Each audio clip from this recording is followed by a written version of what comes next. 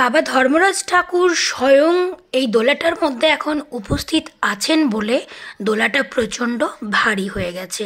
এটা আমরা শুনেছি, শুধুমাত্র শোনা কথা, জানি না কতটা কি সত্যি।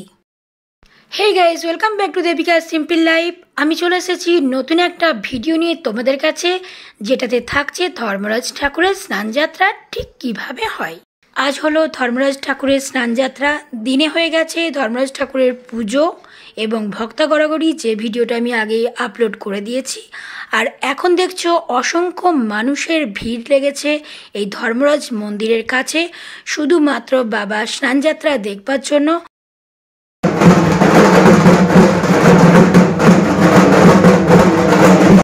বাবা ধর্মরাজ ঠাকুরকে দোলাতে চাপিয়ে নিয়ে পুরো গ্রাম পরিক্রমা করার পর এখন বাবা চলেছেন স্নানযাত্রার দিকে। আর তোমরা দেখতে পাচ্ছ মানুষগুলো এদিক ওদিক হিলছে, ভক্তগুলো, তার একটাই কারণ বাবা ধর্মরাজ স্বয়ং নিজে এই দোলার মধ্যে এখন বিরাজমান। তাই ঠাকুরকে নিয়ে যাবার সময় এরকম একটা হয়ে যায়, মানুষ কিন্তু ঠাকুরকে নিয়ে যাচ্ছে না, ঠাকুর কিন্তু স্বয়ং নিজে নিজেই যাচ্ছে এবং ঠাকুরই মানুষজনকে নিয়ে যাচ্ছে। তোমরা দেখতে পাচ্ছ অসংখ্য মানুষের ভিড় জমেছে শুধুমাত্র বাবা স্নানযাত্রা দেখবার জন্য। এখন আমরা সবাই যাচ্ছি পুকুরের দিকে, মানে পুরো কেন্দা গ্রামটা উঠে চলে এসেছে বলতে পারো। তো চলো এখানে তোমাদেরকে দেখায় কিভাবে স্নানযাত্রা করানো হয়। এখন আমরা চলে এসেছি পুকুরের দিকে। এখানে তোমরা দেখো কত কত মানুষের ভিড় লেগেছে এখানে, মানে শুধু ভক্ত এবং বতীরাও নেই, তাদের বাড়ির লোকজন আছে এবং পুরো গ্রাম জুড়ে চলে এসেছে কিন্তু এই পুকুরের মধ্যে। এখন তোমরা কিন্তু জলটা দেখতে পাচ্ছ না, আর আমিও জলটা না দেখে জলের মধ্যেই নেমে পড়েছিলাম। এতটা অন্ধকারের মধ্যে দেখা যাচ্ছে না জলটা ঠিক কতটা দূরে আছে, আর এই পুকুরের জলটাও কিন্তু একটু কম আছে। এখন বাবা ধর্মরাজ ঠাকুরকে স্নান করানো হচ্ছে, ওই দূরে চলে গেছে সমস্ত ভক্তরা, আমরা জলে না নেমেই দূরে দাঁড়িয়ে আছি। বাবা ধর্মরাজ ঠাকুরকে স্নান করানোর পর সমস্ত ভক্ত এবং বতীরা স্নান টান সেরে নিয়ে মাটির কলসিতে করে মাথায় করে জল নিয়ে মন্দিরের দিকে এখন রওনা দেবে। প্রায় অনেকটা বছর অতিক্রম করার পর আমি কিন্তু এই দৃশ্য দেখছি। আগে আমরা ছোটবেলায় এসেছিলাম, এখন অনেক বছর পেরিয়ে যাওয়ার পর আবারও সেই মুহূর্তটা দেখছি। আমার তো ভীষণ ভালো লাগছে। আচ্ছা, আমার মতো কে কে আছো কেন্দা গ্রামের মেয়ে, অনেক বছর ধর্মরাজ পুজো দেখা হয়ে ওঠেনি?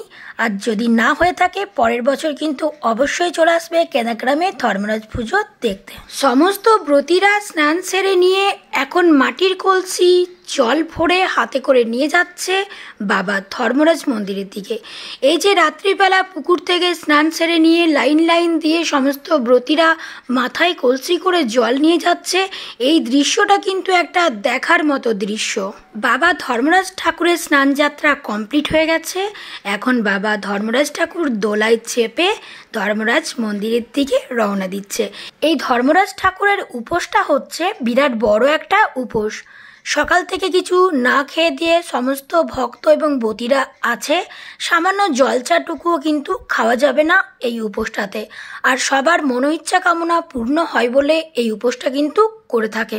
এই যে বাবা স্নানযাত্রা হয়ে গেল, ভক্তবতীরা স্নান করে নিয়েছে, এবার সমস্ত ভক্ত এবং বতীরা বাড়ি গিয়ে ফল জল মিষ্টি এইসব কিন্তু আহার করতে পারবে এই রাত্রিবেলায়। তো চলো তোমাদের একবার বাবা ধর্মরাজ ঠাকুরকে দর্শন করিয়ে দিই এবং সমস্ত ভক্ত এবং বতীরা কোথায় কলসি টেনে রেখেছে সেটাও দেখিয়ে দিই। এই হচ্ছে ধর্মরাজ ঠাকুরের মন্দিরটা।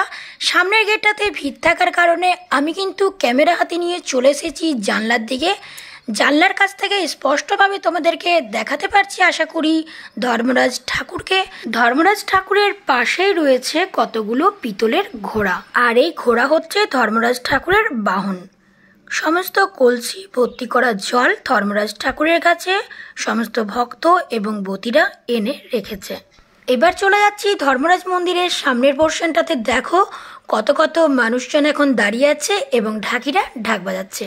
তো এই ছিল বাবা ধর্মরাজ ঠাকুরের স্নানযাত্রা কিভাবে হয়, পুরোটাই কিন্তু তুলে ধরেছি সামান্য ছোট্ট একটা ভিডিওর মাধ্যমে। ভিডিওটা কেমন লাগলো অবশ্যই বলবে। চলো তাহলে টাটা বাই বাই, ভালো থেকো সবাই।